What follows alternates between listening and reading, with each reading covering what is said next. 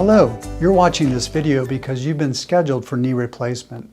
I'm sure you have many questions. This video will hopefully answer many, if not all, your questions. I'm going to discuss the indications for surgery, describe the procedure and the associated risks. I will then go over the general post-op care and the expected post-operative course. Please follow along with the presentation notes provided. And afterwards, I'll be happy to answer any further questions at your next visit. Let's get started.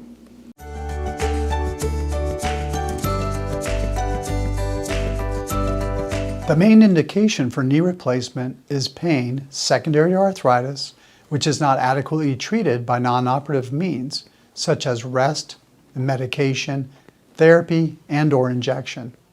When your knee pain from arthritis gets so bad that you're unable to easily perform activities of daily living, the next step is knee replacement. A lesser known indication for knee replacement is progressive deformity. That means getting more and more bow-legged or knock-kneed over time because of progressive arthritis despite the treatment listed above.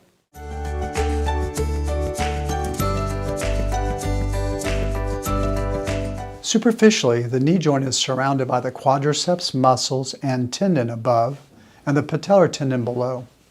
The knee joint itself consists of the end of the thigh bone or femur, the top of the leg bone or tibia, and the back of the kneecap or patella.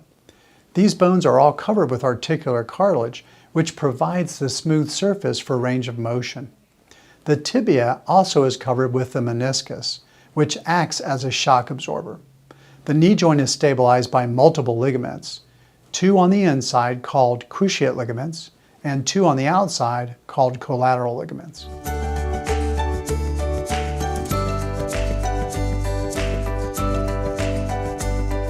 Knee replacement is best considered as a resurfacing. A 6-inch incision will be made on the front of the knee. A deeper incision is then made to access the joint.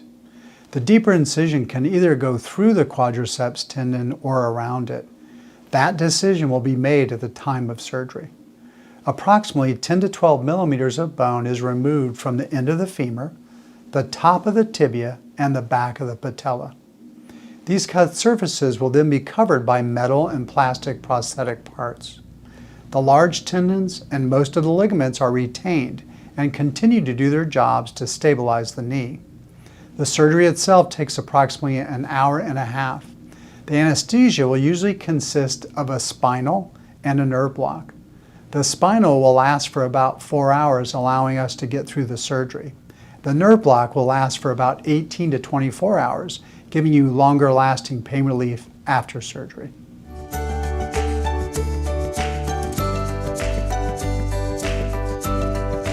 After a total knee replacement, patients usually stay overnight and then go home the following day after the block wears off. Home health care and physical therapy should be set up prior to surgery and then start within a day or two after arriving home.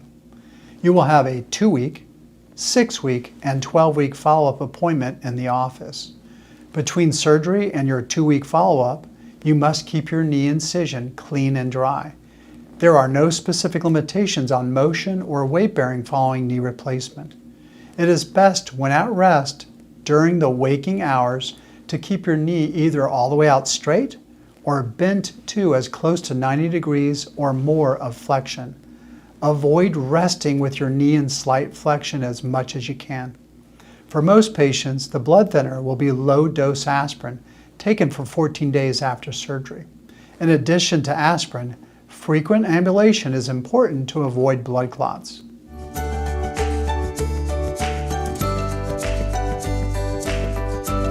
After knee replacement, the knee will remain warm and swollen for up to 9 to 12 months, gradually decreasing in size and cooling down.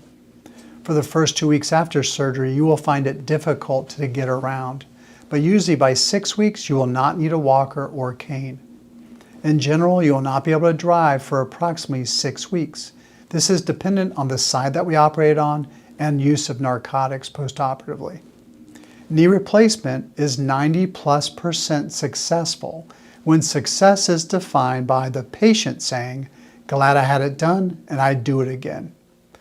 Despite this, approximately 30% of patients will continue to have some level of pain after knee replacement.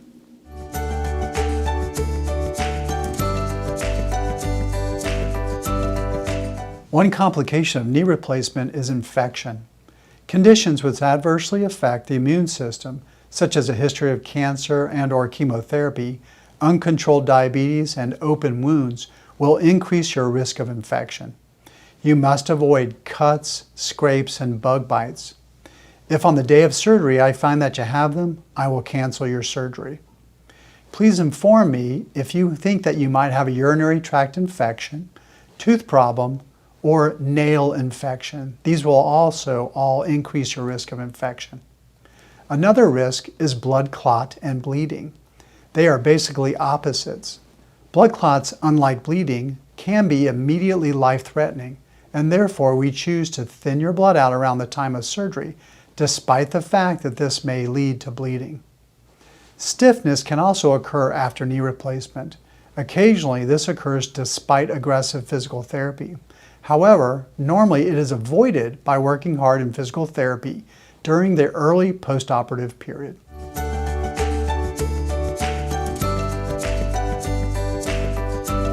In conclusion, knee replacement is a successful procedure. Physical therapy is very important to produce a successful outcome, contributing to a good range of motion, good strength, and a normalized gait. A positive attitude cannot be overemphasized. I also ask for communication. Please let the office know if you're having problems such as receiving physical therapy or having issues with your incision. I hope this video has been helpful, but again, feel free to ask me any questions at your next visit. We want this process to be positive and beneficial for you so that you can get back to doing the activities that you love.